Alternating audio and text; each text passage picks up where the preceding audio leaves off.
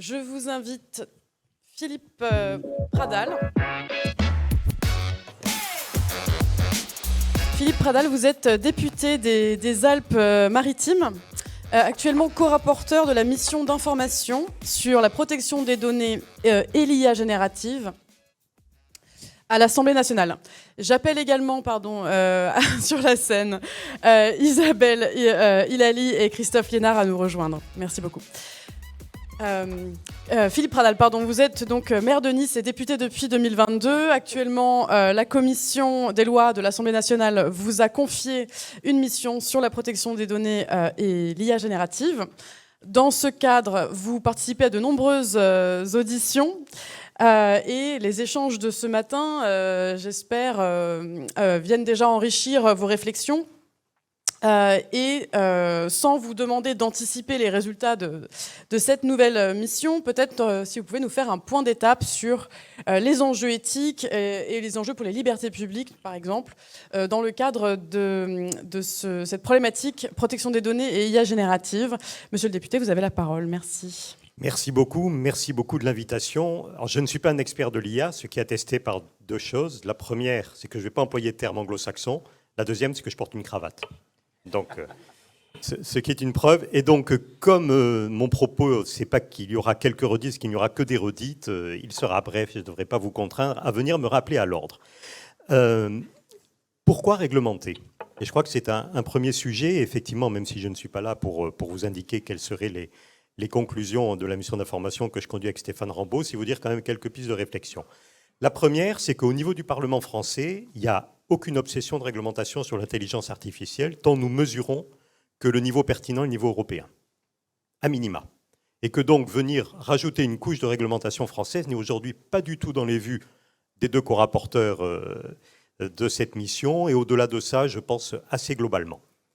Pour autant, cela pose quand même la question de ce qu'on définit par le terme de réglementation et de droit. Est-ce qu'il ne faut pas qu'il y ait de réglementation au niveau national ? Très probablement.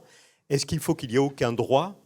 Là aussi, la question de la déclinaison du droit européen et de son applicabilité, et les propos du représentant de la CNIL sont éclairants sur ce point, il doit y avoir quelque chose. Et ça pose la question compliquée que cette interrogation sur laquelle nous emmène l'intelligence artificielle, c'est très probablement, au-delà des changements technologiques, au-delà du fait que cette révolution industrielle va toucher les cols blancs, elle va probablement aussi percuter très violemment notre conception du droit, en nous conduisant plutôt à non pas inverser les valeurs, mais à avoir plutôt un droit souple, ce qui est connu dans un certain nombre de matières, mais qui va très probablement s'accentuer, et peut-être même d'interroger sur quel sera le juge qui devra faire respecter ce droit.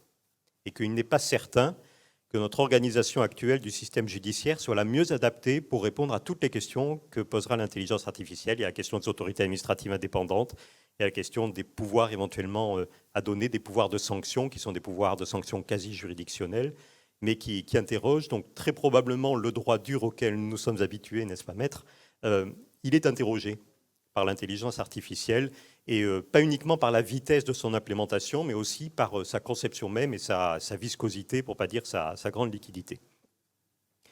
Les sujets d'IA responsable et d'IA de confiance ont été posés. C'est un sujet de préoccupation important à deux niveaux. Parce que d'abord, c'est vrai qu'aujourd'hui, nous sommes des utilisateurs massifs, et pour ça, je vais employer un terme d'informatique, même s'il est historique. Je considère pour ma part que les IA grand public génératives qui ont été mises sur le marché, que ce soit ChatGPT et d'autres, sont un peu des chevaux de Troie de l'intelligence artificielle. La vraie intelligence artificielle, je pense que ce n'est pas celle-là.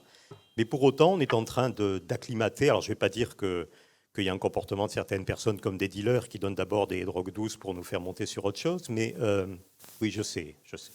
J'ai décidé de vous réveiller, parce qu'à cette heure-là, il y a deux solutions. Soit la faim nous maintient éveillés, soit elle nous épuise. Donc voilà. Mais cette dimension-là, je pense qu'il y a cette notion de cheval de Troie. Moi, je pense qu'elle est réelle parce que les IA de confiance et l'IA responsable va venir percuter un autre sujet.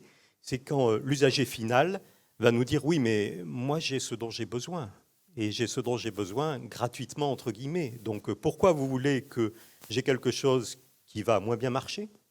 C'est les intranets par rapport aux extranets qui ont été décrits sur Google, qui va me fournir des choses bien plus contraintes, qui ne m'ouvrent pas au monde et qui en plus très probablement non seulement vont être plus lourdes d'utilisation mais vont coûter à la collectivité alors que j'ai actuellement un système gratuit qui répond au-delà de mes besoins parce que même il anticipe mes besoins en me fournissant, nous sommes tous, même si personne ne le reconnaît, des utilisateurs d'Amazon, c'est une vachement bonne idée ce que me suggère Amazon même si j'en ai pas besoin.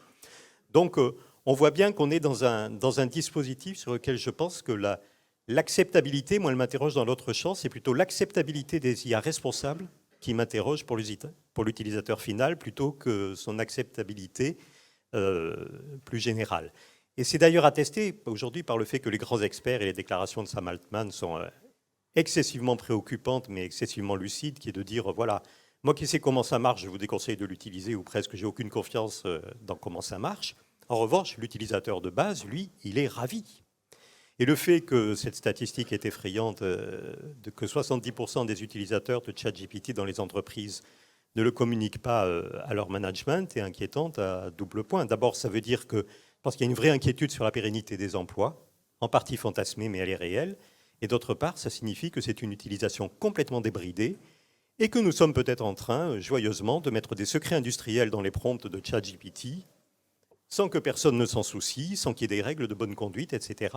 Et ça me paraît être un sujet excessivement préoccupant, parce que là, pour le coup, parce que c'est gratuit, les gens s'imaginent que c'est réellement gratuit, alors qu'en fait, derrière, il y a toute une économie de la donnée, etc. Donc, un vrai sujet de préoccupation là, de la mission sur l'acceptabilité des IA responsables, mais peut-être pas dans le sens que l'on croyait, mais plutôt dans le sens de demain, si on a des IA responsables qui forcément seront plus restrictives que les IA complètement ouvertes, est-ce que les gens vont vraiment les utiliser ?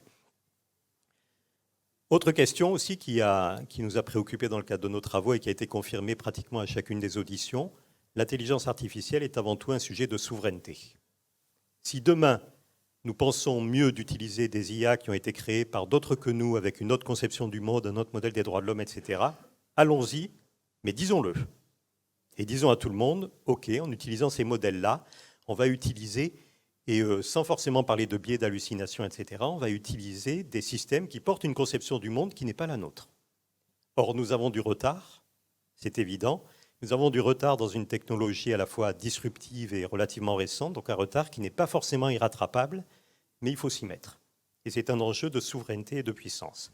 Et moi, je crois avoir compris que pour faire de l'IA, il faut au moins 3 choses. Il faut des machines, il faut des données et il faut des cerveaux.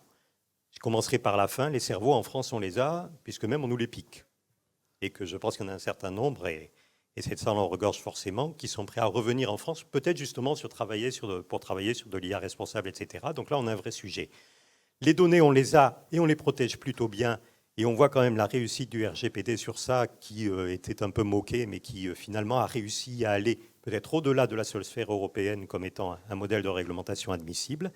Et puis les machines, à nous de vendre le fait qu'il vaut peut-être mieux installer des machines dans une zone politiquement stable où il y a de l'électricité, plutôt que dans des endroits plus exotiques où ces données ne sont pas forcément garanties, sans jeu de mots sur le terme de données.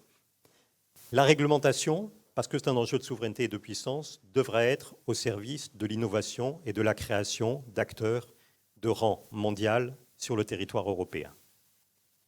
Je ne sais pas si je serai suivi dans le cadre du rapport sur ce point, mais je suis convaincu que la réglementation devrait être au service de l'émergence d'acteurs européens de niveau mondial.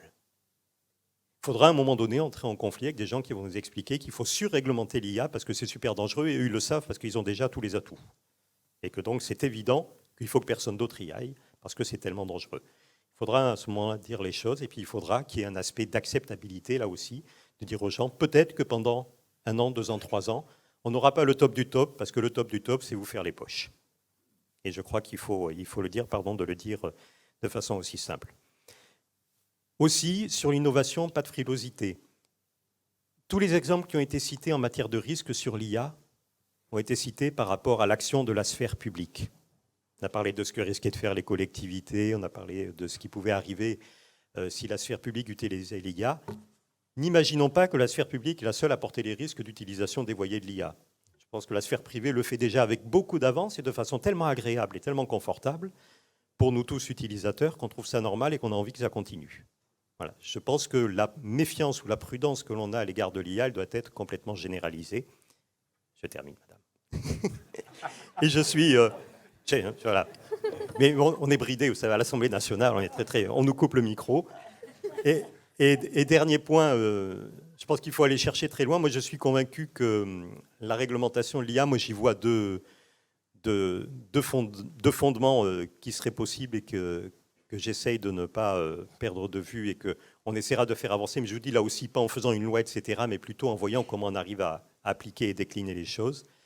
La première, c'est Rabelais, donc ça veut dire qu'il ne savait pas trop ce qu'était l'intelligence artificielle, ni même un ordinateur, qui rappelait que science sans conscience n'est que ruine de l'âme.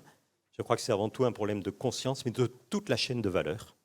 Et de ne pas déléguer à certains, le dire non mais vous allez veiller sur le fait que ça fonctionne bien. Je pense que c'est vraiment, ça doit être natif complètement. Et le deuxième point, je reste convaincu que les intelligences artificielles doivent respecter les lois de la robotique d'Asimov. Voilà. Ça paraît, Rabelais est plus un auteur de science-fiction, peut-être, mais on voit bien qu'on est en train de vivre dans un monde extrêmement évolutif, etc. Et dans ces cas-là, c'est pas que j'ai pas confiance en la science, mais que j'ai confiance dans la science éclairée. Et je pense que ces principes-là, et notamment la loi 0, qui n'avait pas écrit tout en premier, c'est un robot ne peut pas porter atteinte à l'humanité, ni par son inaction permettre que l'humanité soit blessée. C'est ça que nous devons respecter collectivement.